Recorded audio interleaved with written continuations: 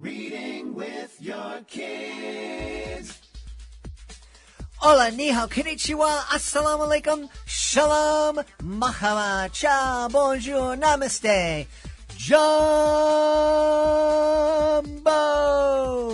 bienvenidos. Hey, my name is Jed Lee. Welcome to Reading with Your Kids. We are beaming out to the world from Reedville, the gem of Southwest Boston, and we are so thrilled that you are here with us. At Reading with Your Kids, our mission is simple but powerful: to bring families together through the shared magic of books and stories. Every episode, we sit down with fascinating folks who are creating books that open hearts and spark imaginations. Want to help us grow this mission? Please tell your friends, your family, your kid's teacher, even the crossing guard, and remind them that they can hear us on the WREB AM/FM 24/7 radio network, and they can find us on the iHeartRadio app, on Spotify, Apple Podcasts, Amazon Music, Good Pods, Podcast Addict, CastBox, Player FM, Deezer. Wherever you find your favorite shows, you can find Reading with Your Kids. We have two wonderful guests for you today. First up, fresh from returning from Burundi, Michelle Krumenacher is here to celebrate Rocky's courageous rescue. And later in the show, Victoria Smith returns to Reading with Your Kids to celebrate Liliana's match, Finding Bella, how animals help kids with ADHD and anxiety. Want to let you know that this episode is also brought to you by Once Upon a Dance. OnceUponADance.com. That's the place to go if you are looking for a magical way to get kids moving. Once Upon a Dance brings stories to life with interactive books that inspire little ones to read, move, and imagine. Award-winning and teacher-approved, these whimsical tales are perfect for classroom story time or family fun. Spark joy, build confidence, and dance into imagination. Discover more at OnceUponADance.com or find Once Upon a Dance books at your favorite online bookstore. Hey families, would you like to share a miracle with your kids? At the Wolf Conservation Center, hope was fading. The endangered Mexican wolves dreamed of a pup, but none had come. Until one tiny miracle changed everything. Meet Trumpet, a real-life wolf pup whose incredible birth brought joy, hope, and a lesson in conservation. Trumpet the Miracle Wolf, written by Liliana George, is a heartwarming true story that will inspire your whole family. Teach your kids the power of hope, love, and protecting endangered species. Get your copy today and join the wild adventure.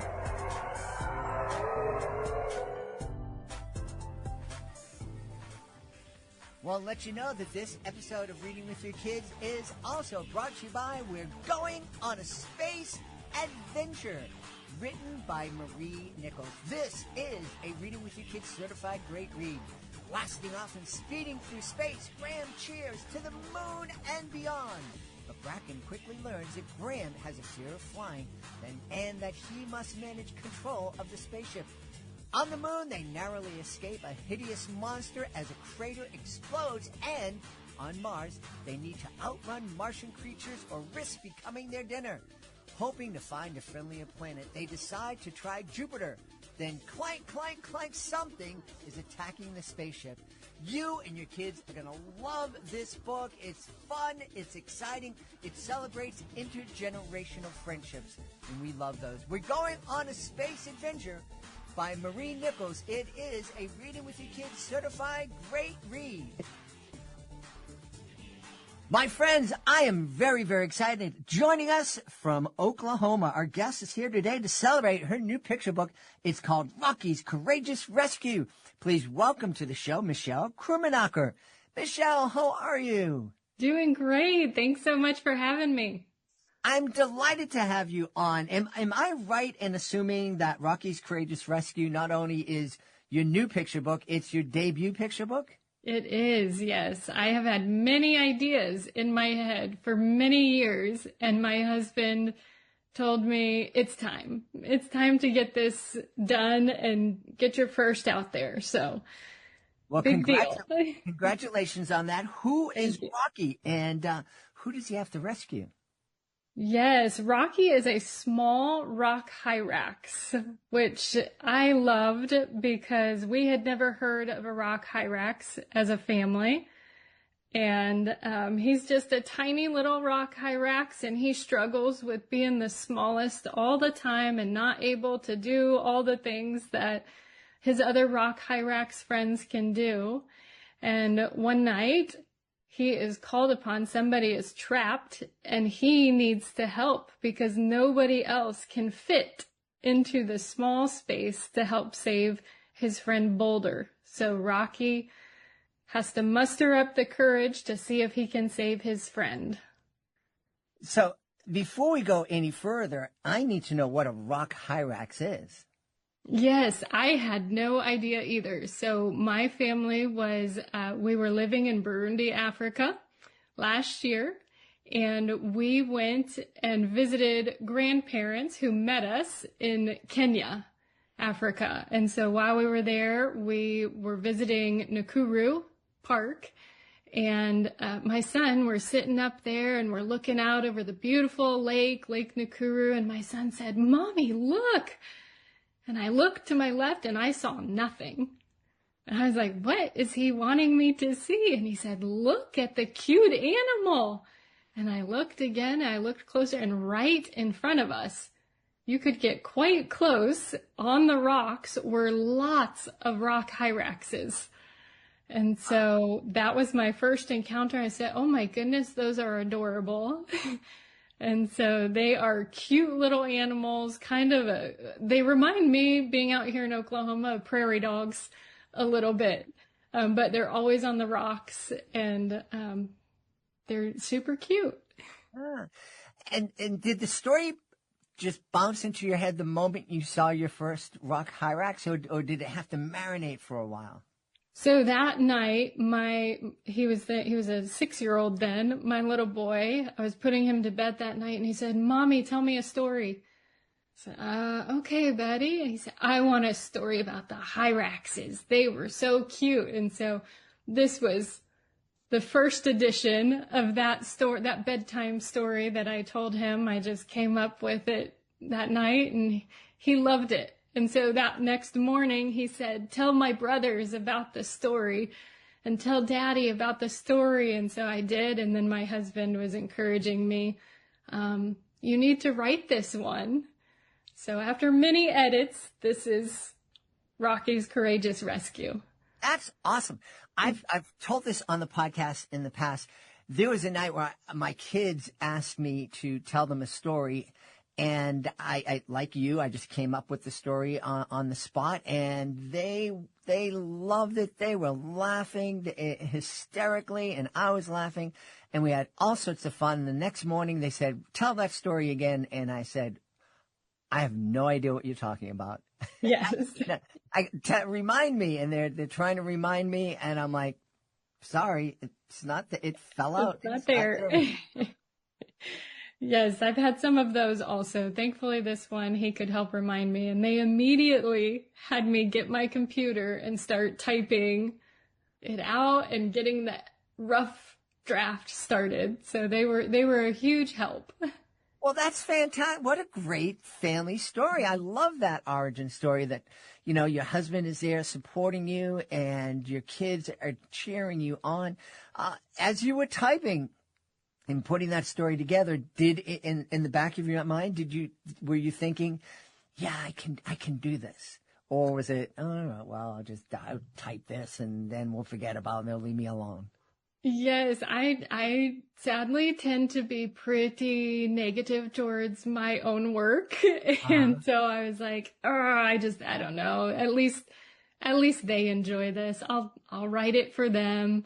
And then they were just so encouraging the whole way, because I've never published a book before. I have no clue what I'm doing, but I'm learning along the way, and I want to teach them that you should try hard things. When you don't know, you should figure it out and find people who do know, and you're going to make mistakes along the way, and that's part of the process. So I don't like doing that myself, but that was the process that they were encouraging me of. You can do it, even when I was thinking, I'm not so sure about this, guys. Well, I love that you pushed on through. I think it's so important. I think one of the things that happens with a lot of people is they have this great story, they get excited, they write it down, and then they look at their first draft and they think, oh, this is garbage. And what they don't realize is that every first draft is supposed to be garbage. It's just a starting point, and then you have to start finding the gold amongst the garbage. Yes, and that's what editors are for, and people who will actually look at it and help you understand different points of view or things that didn't make sense. So it's not all on you as a writer. Mm-hmm. And I didn't know that either at first. So I was like, it's okay. It's okay. It's learning. Yeah. So I'm guessing that for you, that finding out that creating a children's picture book is a collaboration, not only of you and the illustrator, but also the editor. Some folks have a real hard time giving up control of their story and sharing it and having other people tell parts of that story. It sounds like you were welcoming that collaboration. Yes, definitely. I was most nervous for the first draft being sent because I was so nervous opening that email when it had been edited, because I just felt like, oh, it's going to be ripped apart. It's no good. All these things. And it's like, it's okay. So that after that first one, it's like, no, I need to welcome the critiques and know that they're genuinely the people they're the ones who have done this before, right? The illustrator and the book editor and the, book designer too. This is their job. So they're familiar, and you can take the critiques and it's helpful insights. So that helped get me over it. What was the reaction of your kids when they were able to touch that first book once it became a reality? They were so excited. I waited to open the first, envelope. We got it in an envelope, and I waited to open it with all of them, and they did not know, nobody knew, my husband or my boys, that the dedication is to them, and they didn't know that. So they started clapping when I read that part. Awesome. They had seen all the drafts on the computer, but they had, once we had it in hand, I was like, wait, what's this part? And everybody was very excited, and it was pretty cool to see the whole process as a family, to go through that and see, look, it's here. It's here now. That's wonderful. So this book was created as a family and created with that family love. What kind of conversations do you think other families, as they're sitting down and cuddling up to read Rocky's Courageous Rescue, what kind of conversations do you think they can have about the book?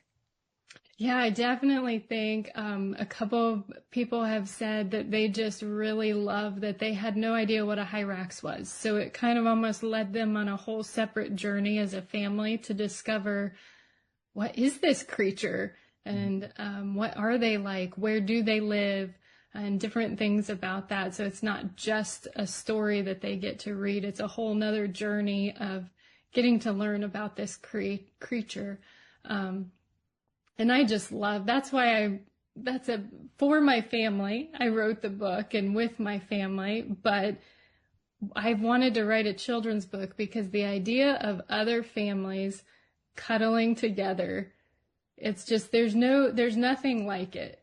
Like, there's just being with your kids and reading with your children and snuggled together, experiencing something, laughing together. There's nothing better. So I love when other people have said, oh, we love snuggling together and reading this book and learning about Rocky. And I got a picture from somebody, her son says he's 3 and he says walkie. And so he says, I want to weed walkie tonight. And that just makes my heart overflow, because I know that other families are getting together and reading together. That really is. That's really wonderful. I love it. You mentioned that you were in Burundi, living in Burundi at the time. Can you tell us a little bit about that country and why you are living in Burundi? Yes. So Burundi is actually, it's no, most people haven't heard of it. It's right kind of in the middle of Africa, just south of Rwanda.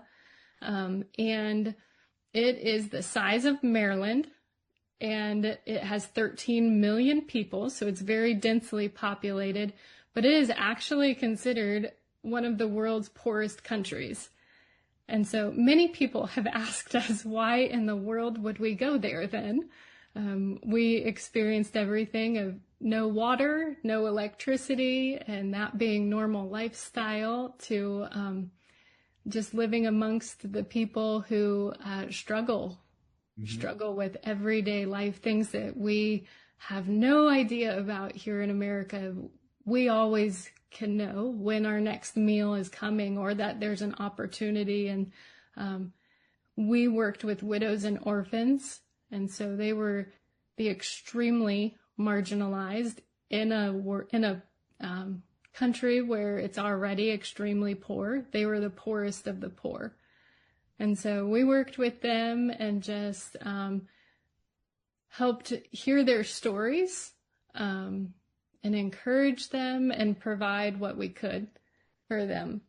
And then we're still working with an orphanage there also, and just continue to do as much work as we can from the States now. And just, we fell in love with that country and the poorest of the poor. We loved, it opens your eyes so much to see such a drastically different lifestyle and to have the opportunity to live in that in a little bit of a way. We still didn't have to struggle as much, but it was an eye-opening experience for our whole family. Yeah, I bet. Now, were you part of a greater mission, or did you folks just decide, let's go to Burundi and see if we can help some folks? Yeah, so we worked and are working with World Renewal, and we work with, now it's a subset of it, World Renewal Burundi. So my husband still works with World Renewal. They're actually based in Indiana, but he works virtually. But then we have a subset of that where we work specifically with Burundi and with an orphanage and hoping to get a hospital going there eventually too. Lots and lots and lots of healthcare needs there. So that is who we went with and continuing to work with them even as we're back in the States. Yes, you were telling me before we hit record that you are helping to teach, that there's a large Burundian community in Oklahoma, and that you're working in teaching English. Yes, so we had to come back kind of unexpectedly from Burundi, so we were not planning to come back quite yet. This was March, but there was some unrest happening, and so we came back, packed up everything in 8 days, said our goodbyes, heartbreaking goodbyes, and came back to Indiana. But we just did not feel, after living a year overseas, probably anywhere, but especially in a country like that, you're different and you're changed. And so we just struggled to feel at home back in Indiana anymore. And so when we heard we had a house that we were about to purchase in Indiana and it fell through. And the next day we heard about a church down here that's led by a Burundian pastor, and there's a lot of East African refugees. And so we said, let's go visit. We visited. We loved it. We felt so at home immediately. It felt like we were back in Burundi being amongst them. And so in 3 weeks then, we packed up and we moved to Oklahoma, and we've been working with the refugees here, Burundians, Rwandans, and Congolese also. So I teach English once a week, sometimes more, and my husband helps with the church and with college ministry. There's lots of students from those countries, so it feels good to still be with the people that we love, even though we can't be in the country that we love. Yeah. It's amazing. There are so many people I hear talking about how horrible the United States is, and I don't think that they understand just how blessed we are. And I love the fact that you are appreciating that blessing, but also trying to share it with folks, with the refugees who are living in Oklahoma, but also trying to help out back. We can do incredible things from right where we are. We don't have to travel around the world to help people in need. We can actually help from our homes in lots of different ways. Absolutely, yes. And so many of them just simply don't know English well yet. And mostly all that that's something we all know and we can all offer, even if we don't know exactly how to teach English. It's just conversational. So it's so relational, and it's right in our backyards. Now, I know that there's a parent listening to the show out there saying, what's wrong with her bringing her kids to a place like Burundi? And I know there was unrest in March, but don't try to tell me that it was like just peaceful and calm before that. Why is she bringing these kids into such a dangerous situation? Yes. So for us, my husband and I, we just felt like we are so, we can be so unaware here in America because we have so much, and we don't realize that we are in the top 1% highest, richest nation. We don't know what else is out there. We don't realize what most of the rest of the world lives like. So for us, we were eager to take our kids for them to see it and to experience it. We visited Burundi as a family in 2022, and our kids loved it. And we were kind of surprised. We weren't sure if it was kind of a vision trip for our family. Like, we'll see if they're okay with this, what they think, how they feel. They loved it. It's such a more simple lifestyle. It is drastically different from here. But once our boys loved it, it was, let's do this as a family. And for us, we're Christians. We're going to trust God that he's going to take care of us. And you never know here what could happen, and so we want to teach our kids live life to the fullest, no matter what. And so let's do this. Let's do something crazy as a family and go overseas and live this different lifestyle and be changed by it. Yeah, that's beautiful. I love it.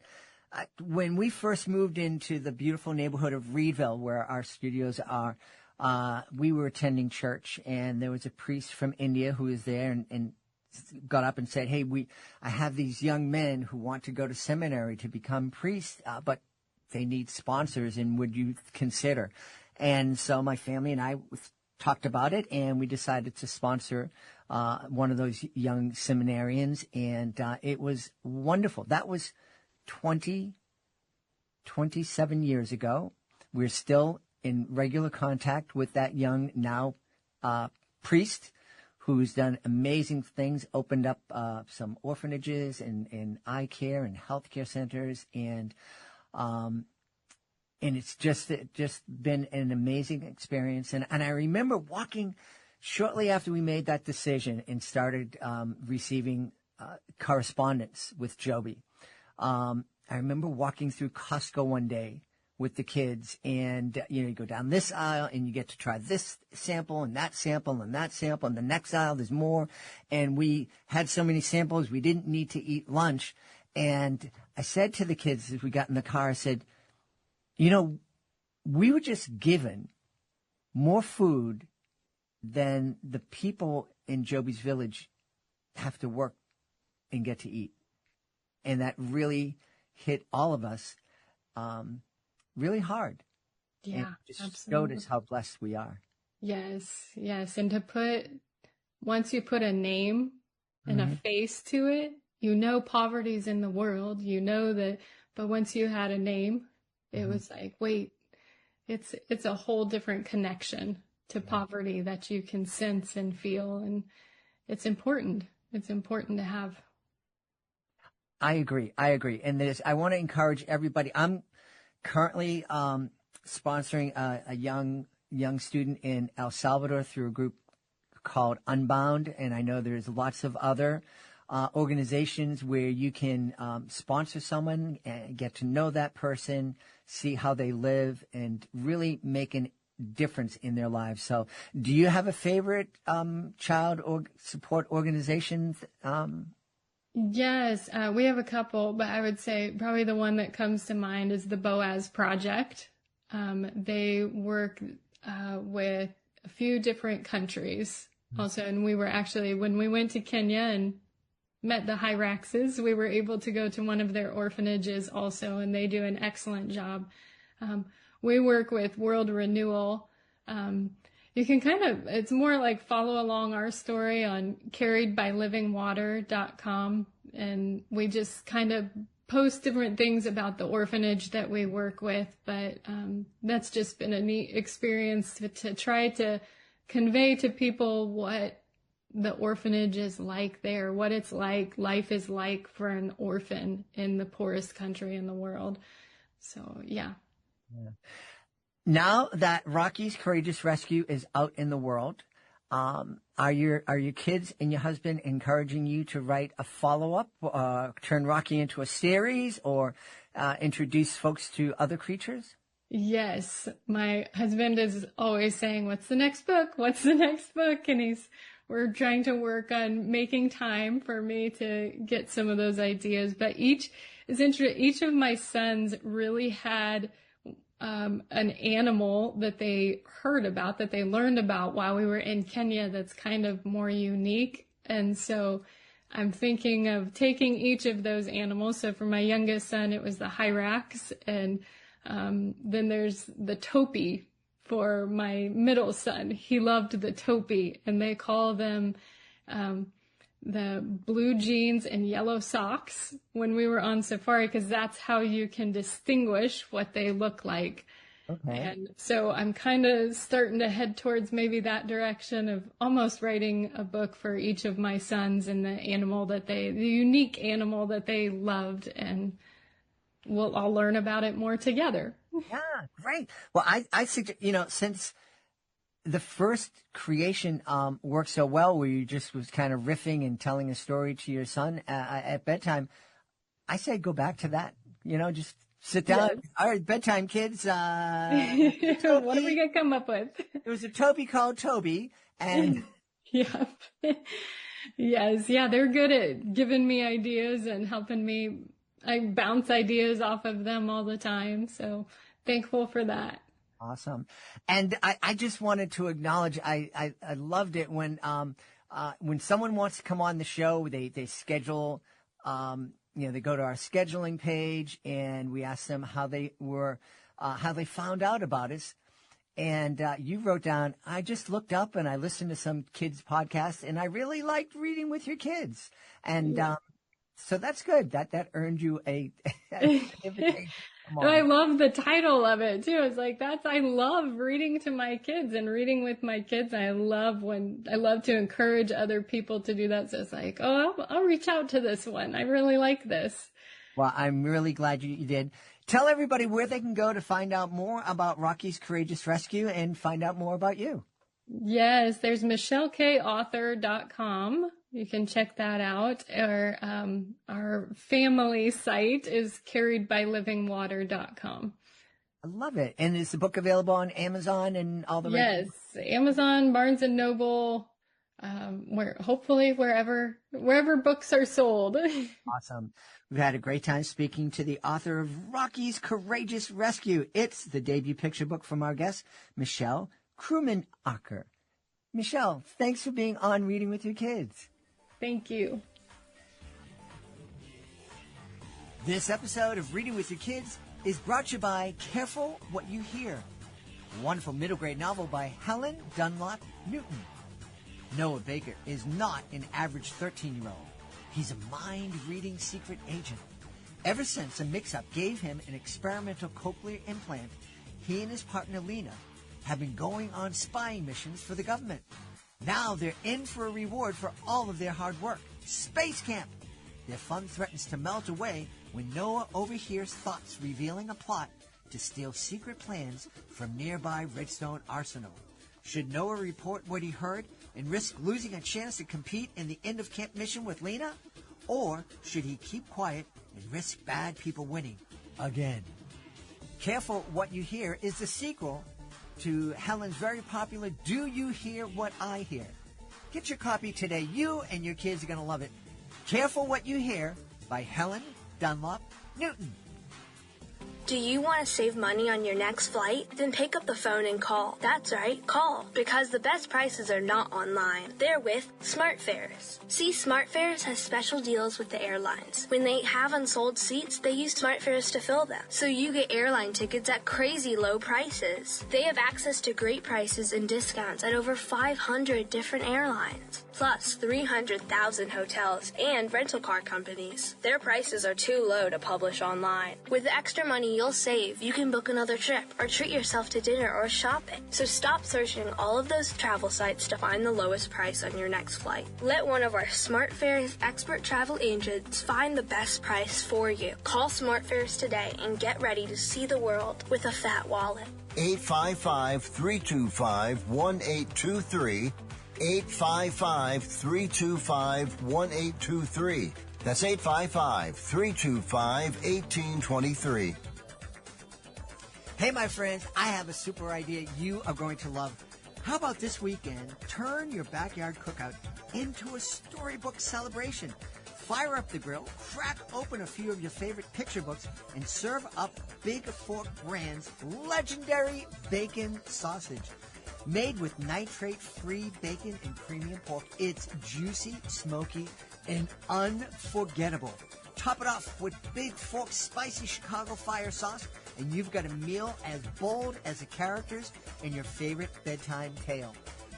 Get 20% off your order using the promo code READ at bigforkbrands.com. That's bigforkbrands.com. Promo code READ to get 20% off, because nothing brings families together like great food, great books, and a whole lot of flavor.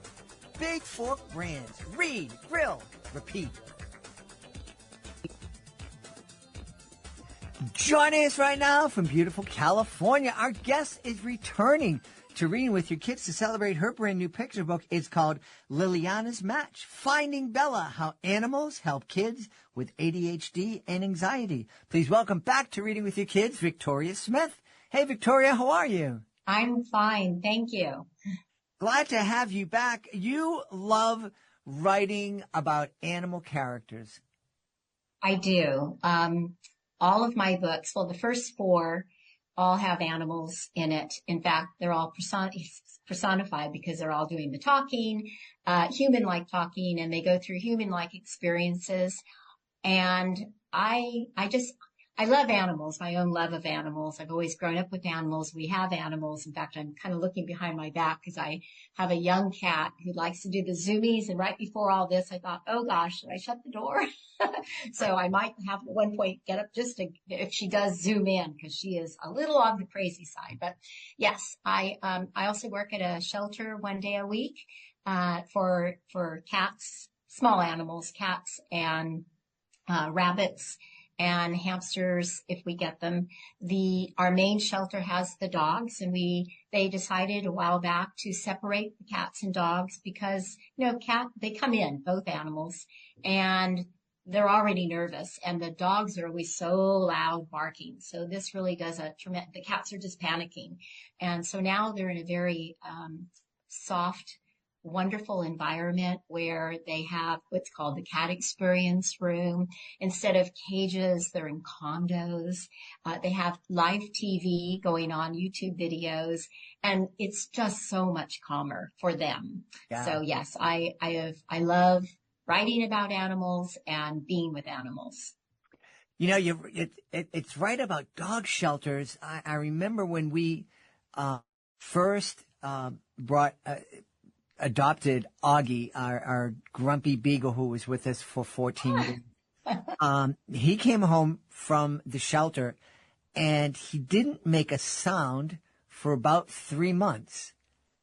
And, he was so shell-shocked from being in the shelter. And the night that he finally made his first sound, which was a beagle howl, my daughter and I it was so funny and came from out of nowhere. We just started falling on the floor laughing. And he never shut up after that. Except the one night we had to board him at a boarding facility, and he came home and he was, again, shell-shocked. He was quiet for about 2 weeks. So dog shelters are even too loud for most dogs. Right. It's funny about beagles, because you can actually get them to howl. All you have to do is start howling. Yep. And boy, they're just taking off. It's just amazing how they just imitate what you do. And, and then you're right. They can't shut up. Yeah. I learned very quickly how to do that to my beautiful wife's dismay. She was not happy about it. So tell us about Liliana and Bella. Okay. So Liliana is a little girl in school and she has ADHD. And she goes to school and unfortunately, she can't sit still. So she's under her desk, but she's, doing other things. When she should be doing a math assignment, instead she's emptying her backpack on top of her desk. And the kids are always pointing at her or laughing at her. When she was under her desk, the teacher called her name and she hit her head and the kids were, again, laughing. And so she goes home and it's a weekend and she tells her parents, they were sitting on her bed, and she says, why can't I sit still like the other kids? And of course the dad feels really bad. He says, you know what, let's go for a walk.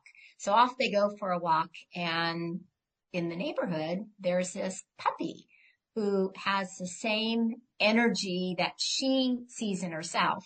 And she says to her dad, look at that puppy, and their dad talks to the woman. I call her the old woman in the story. And then she says that there was a litter of 6 and everybody got adopted except Bella. And the reason why Bella did not get accepted by these people, they would go actually running, is that she would at first come running toward them and be super happy. But then she started showing signs of, kind of scratching at the furniture, tearing apart things. And they were just thought, oh my gosh, what's wrong with this dog? And so, Liliana falls in love with Bella, and then she has to convince her mom if this is a dog that they could adopt. So it's a long weekend. And, when you have ADHD, that turns out to be like weeks to them, because the mom said they could go to the shelter. The old lady said that she took the dog to the shelter so that she would have a better chance of getting adopted. And so Liliana, of course, is just so disappointed, but also excited that the possibility they could adopt her. But they have to wait. It's a long weekend. It's where Monday, they have a holiday on the Monday as well. And the shelter's not going to open till Wednesday. And then finally, and she goes, she sees her, and Bella and her have just this great interaction. And of course, they adopt her, they bring her home, and she does take Bella to the school.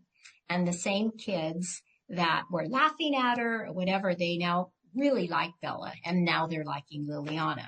So there is a picture in the story where I don't have it in words, but I told the illustrator to put a purple strand, because Liliana always has a purple strand in her hair. She kind of dances to her own, beat.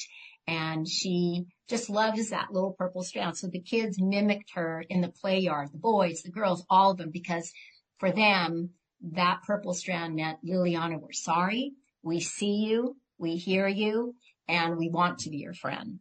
And so at one point, she just feels now accepted all of a sudden. And Bella helped to do that. So that's basically what the story is about. And it goes into the very end where I had the illustrator kind of show where now she's older and then Bella's older. So that's how the last scene goes, that you see her as like a teenager and Bella's still with her and helping her. There's a scene there before where she's at home doing her work and she's fumbling with the pencil and Bella's, starts barking at her because she's not focused. And that's the idea, is that they were perfect. They were a perfect pair for each other. Yeah. What was the inspiration for this story? Okay. Well, my daughter, Kelly, had a beagle for 15 years named Bella. And she says, Mom, she goes, can you write a story about Bella? And I thought, okay, well, what can I do with Bella? I know Bella's personality. Beagles are wonderful with kids. They're just wonderful with kids. And this particular beagle Bella loved to be dressed. She loved to be, when there was Halloween costumes or anything, she loved. And she loved it because she heard people say how beautiful she was. And Bella loved to be, when Kelly would put an outfit on her, everyone, of course, said, oh, you look so pretty. And Bella just loved that. In the story at the end, I have 3 pictures of Bella, one in a pumpkin costume, one she's just in her leash, and then another she gave me was a black and white, a really beautiful picture of her. So I just thought, well, okay, so what can I do that I can relate to? And that's when there was a lot of research done with animals and how animals do help kids, but adults as well.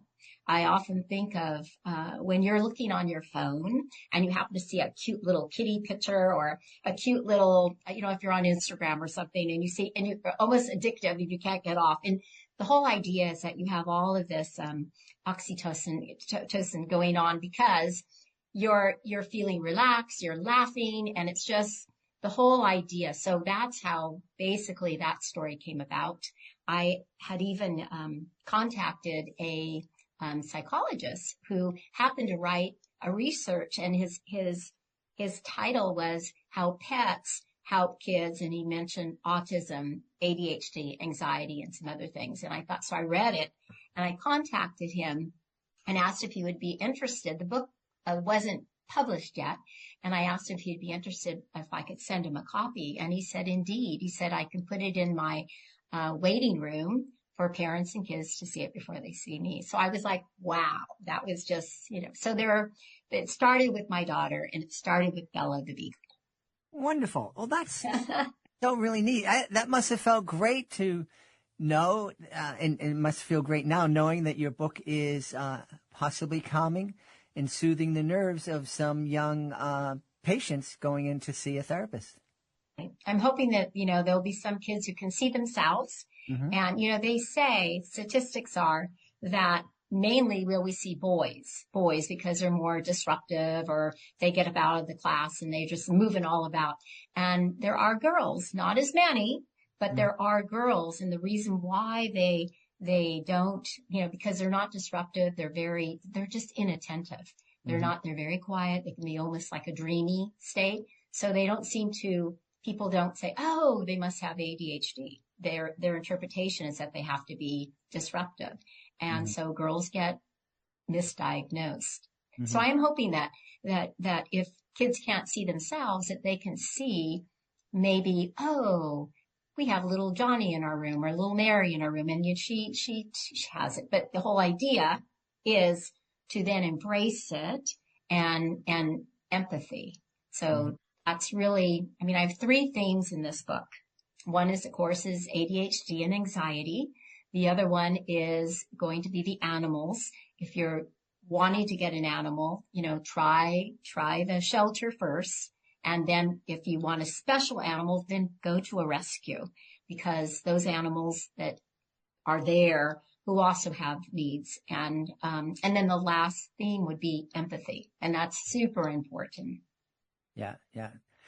This is a different stretch type of writing for you. Did you find it especially challenging? Absolutely. Totally. Because I had to make sure what I said was based also on factual stuff. And I love fiction. And this is fictional story, of course. But what I did for in the story, Liliana does take medication. She takes it at night because in school it makes her sleepy. And I know there are a lot of people out there that don't believe in medication. So I made sure that I put a part in there that in my website that I have alternative ways to medication. Mm-hmm. And so there's a whole laundry list of different things that are there. And then it just was, because I'm just so used to just kind of being, my last book was Swimmy the Secret Superhero, and that was about a box turtle that flies. So yes, this is, and again, a fact that Liliana in this book is the one talking. Bella doesn't talk at all. Bella is just the animal that's helping her and sitting beside her. Yeah. Now that you've kind of branched out and did a different style of writing, are you considering possibly writing a middle grade novel or a YA title? Or I have one story, but it's extremely, and that would be for middle school only. It's only one, but it's extremely, I'd have to be careful. It would be, it's about gun control and young children. And so that's a story that is, it's between a family, it's something that's going simultaneously at the same time, and also a family of birds, a mother and her flock, and then a real family. And so that is I wrote that story. Of course, it's not done because it has to really be ironed and ironed over. It is extremely sensitive, but I also think that it is also necessary because kids and adults are not seeing, like with guns, the consequences, and there has to be gun safety, and so that would be one that would be extremely challenging. But I personally, I'm not ready yet. I think I want to go back to something fun again for me to write, which I do. I have several of those as well. Yeah. Where do you get your ideas from? I know for this book it was inspired by your daughter, but in general, we had Dan Gutman on not too long ago, and he shared with us that all of his ideas start with him asking the question, what if I did, what if this happened? What about you? Is there a recipe, a secret sauce that goes into your storylines? A lot of it is based on my own experiences. So with the Tuxedo Baby series, the first 3, initially it started with my going to the Monterey Aquarium, and I love penguins. And so I thought there has to be, and somehow for me, I always come up with the title before I even do a story. And of course, Tuxedo Baby, that's what I thought of, this little penguin that I saw. Oh, so cute. But I didn't have a story to back it out. And normally, so with the 4th book, with Swimmy, it was my last class. Swimmy was in the classroom, Swimmy the box turtle. And I used a lot of everything that I had in the classroom. So it was room 16. I used our principal's name. I used Strobridge, which was my school's name. I used the fig tree, which was where all the action was happening outside the window. And I talked about her 40-gallon tank. We talked about things that were there. And so that was easy for me because I could visually see it. And even in the Tuxedo Baby books, I used names. Our union was called HIA, and so I used that as people's names, and I just kind of twisted the this like San Leandro was a Miss Leandro, Francisco was based off San Francisco. So I used a lot of things that I saw as we were driving, and I had I could write things down. Of course, I wasn't driving, but being the passenger there. So I use a lot of things from my own experience. And now Bella I use because I understood the beagle. I understood how I could go about writing the story, and her personality I put into the young beagle that we had in the story. Neat. And how are you enjoying, I believe you told us before that you were a teacher. for many years. You're still teaching in a way through your books. How is it transitioning from being a classroom teacher to a teacher through story? How's that sitting with you? Are you enjoying it? I am totally enjoying it because when I go into the classrooms, I get the, notoriety kind of for the moment. And I can even get the kids all rattled up, kind of like a grandmother does or, grandparents do, and then they leave and the kids are like all with the sugar and everything. So I'm enjoying it totally because it's a whole different thing. Being a teacher, those are your students. And you still have to do all the daily work with them. You have to do all the lesson plans. You have to do all the meetings with the parents. You have to do all the report cards. You have to do, there's so many things that a teacher has to do beyond just doing what she needs to do. And as a writer now, coming into the classroom, I'm there for maybe 40 minutes, 45 minutes.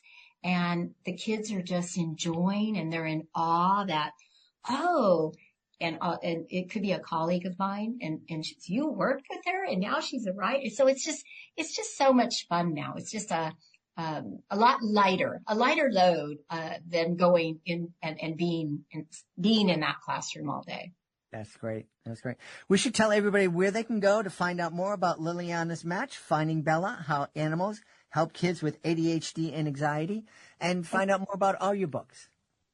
Okay, so my website, I do not sell them on my website, but they're all advertised on the website. There's some videos for some of the books there. It's www.familyzooproductions.com.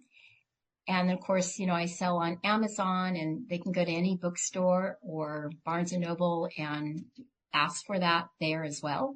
And they'll find it. Yes. We've had a great time speaking to the author of Liliana's match, Finding Bella, How Animals Help Kids with ADHD and Anxiety. It's the brand new picture book from our guest, Victoria Smith. Hey, Victoria, I can't wait to have you back on to celebrate your next book. I would love to come back. I always enjoy coming here. Thank you. Wow, that was a fun episode of the show. I hope you enjoyed learning about Rocky from Michelle as much as I did. And, of course, we love when Victoria visits with us. Please be sure to check out her books. We're really happy that you hung out with us here at Reading with Your Kids. If this episode made you smile or gave you something to think about, please share a link to the show with someone you love. Maybe post about it on your socials. We would be so grateful if you give us a 5-star review. And, of course, don't forget to subscribe so you never miss an episode of Reading with Your Kids. Very grateful to the people who made this show so amazing, starting with our guest, of course, Michelle Krumenacher. Please be sure to check out Rocky's Courageous Rescue. And, of course, want to thank Victoria Smith. Please be sure to check out Liliana's match, Finding Bella, How Animals Help Kids with ADHD and Anxiety. I want to thank my team, Fatima Khan, Chris Doherty. I want to thank my beautiful wife for all the support she gives me. I want to thank everybody who follows us and is connected with us on social media. You can join them, facebook.com/readingwithyourkids, at readingwithyourkids on Instagram, and at Jedley Magic on X. Our sponsors, they're pretty wonderful too. When you use our promo code READ, you get a great deal, and we may earn a small commission. And that helps us keep spreading the reading joy. Thank you so very, very much. I want to give a very, very, very big thank you to you. You are amazing, and you are making the world a kinder, more empathetic, more loving place. And you do that every time you read with your kids. Until next time, go make some reading magic happen.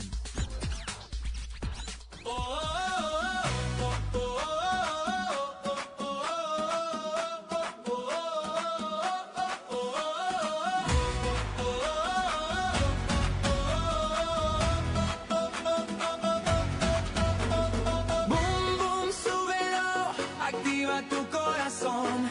Salta, corre, baila con emoción. Ejercitarte es lo mejor.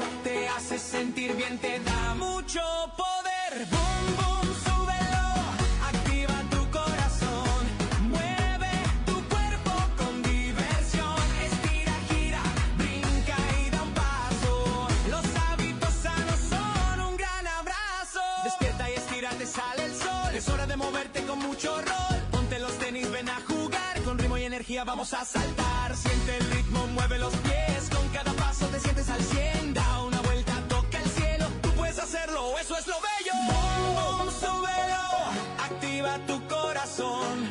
Salta, corre, baila con emoción. Ejercitarte es lo mejor. Te hace sentir bien, te da mucho poder. Boom, boom, súbelo. Activa tu corazón. Ríe, muévete con inspiración. Deslízate, brinca, gira sin parar. Muévete a diario, lo vas a amar. Siente la fuerza al caminar.